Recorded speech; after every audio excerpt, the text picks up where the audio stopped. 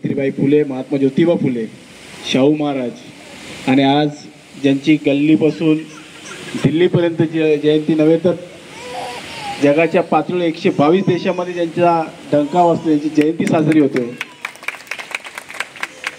महामानव भारतरत्न डॉक्टर बाबासाहेब आंबेडकरला विनम्र अभिवादन करतो. अण्णा, माझा हा जो परिसर आहे इथे माझं लहानपण गेलेलं आहे. म्हणजे ह्या इकडनं असं निघायचं आणि इकडनं शाळेत जायचं समोर. त्यामुळे हे सगळं माझं परिवार आहे.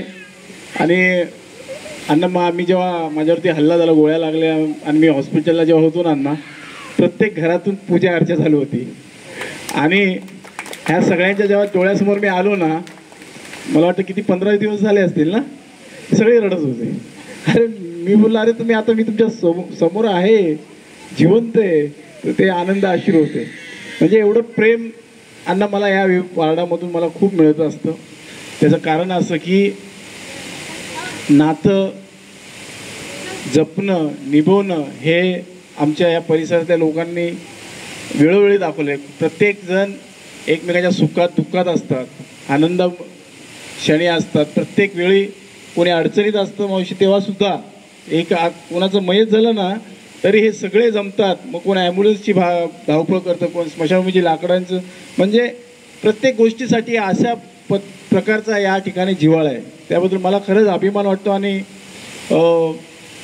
की मी या ठिकाणी नगरसेवक म्हणून निवडून आलेलो आहे. आणि आज खऱ्या अर्थाने जर पाहायला गेलं अण्णा, बाबासाहेब आंबेडकरांनी जीवनामध्ये जे त्याग केलेले, संघर्ष केले, तपस्या केलेली आहे, हे भूतोना भविष्यात कोणा एका माणसाने होणार नाही. कारण की आज जर महिलांना पुरुषाला समानतेचा, एकात्मतेचा जर कोणी अधिकार दिला असेल तर बाबासाहेब आंबेडकरांनी. पहिला राजा का बेटा राजा होणे का, पण बाबासाहेबांनी ते मोडीत काढलं आणि सगळ्यांना मतदार बनवलं. आणि त्यांच्यामुळे आज मी नगरसेवक इकडे उभा आहे. आज तहसीलदार, कलेक्टर, IAS ऑफिसर हे सगळं बाबासाहेबांची देण आहे.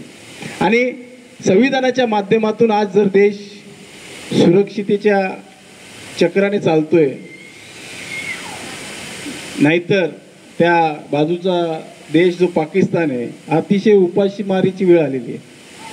का तर तिथले तत्व नाही आहेत, तिथे कायदा सुव्यवस्था आपल्यासारखी नाही आहे.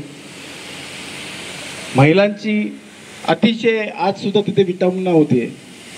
पण एक माणूस इथे जन्माला आला, त्याने महिलांना सुद्धा पार पंतप्रधान, खासदार, मुख्यमंत्री हे सगळं काय या देशामध्ये प्रत्येक महिलेला जो मान सन्मान दिला, ते सगळे अधिकार सावित्रीबाई फुले आणि बाबासाहेब आंबेडकरांना जातात. म्हणून मला आपल्या सगळ्यांना गर्व असायला हवा की ह्या देश आपला संविधानाने चालतोय. मी तरुणांना नेहमी सांगत असतो की बाबासाहेब आंबेडकरांचं आपण डोक्यावर घेऊन नाचायची गरज नाही, डोक्यात घेण्याची गरज आहे. ते वयाच्या 5व्या वर्षी त्यांची आई, त्यांच्या आईची माया त्यांच्याकडे हिरावून गेली. ते 5 वर्षाचे असताना त्यांची आई निघून गेल्यानंतर आपल्या जर परिसरातलं, आपल्या जर आपणल्या निदर्शनात जर येत असेल तर मी पाहिलंय या वयात ज्यांचे आईवडील नसतात ते फुटपाथवर असतात, गॅरेजवरती असतात, हॉटेलवरती काम करत असतात.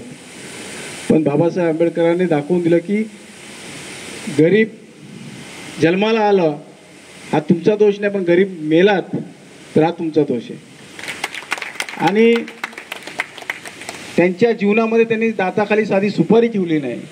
हे आज तरुणांनी बाबासाहेब आंबेडकरांचे आदर्श घेण्याची गरज आहे. मला वाटतं आपला या विभागामधला जो हा कार्यक्रम आहे वर्षानुवर्ष चालत आलेला आहे, खूप पहिल्यापासून. रातोड साहेब किती काय कुठे गेले? हा, लोखंडे आहेत. हां, तर आमच्या इकडे अण्णा, आमच्या इकडे पण मतभेद आहेत, पण मनभेद नाहीत. हां, मनभेद असते तर हा कार्यक्रम आजपर्यंत असा चालला नसता, लक्षात घ्या. ह्या गोष्टींचा आमच्या इकडे या पद्धतीची एकी आहे, त्याबद्दल मला खरंच धन्यवाद देवंसं वाटतं. आणि असाच हा कार्यक्रम अनंत काळ चालत राहावा अशी मी आपल्या मंडळाकडे अपेक्षा करतो. आपल्या सगळ्यांना परत एकदा डॉक्टर बाबासाहेब आंबेडकरांच्या जयंतीनिमित्त शुभेच्छा देतो. जय हिंद, जय महाराष्ट्र, जय भीम.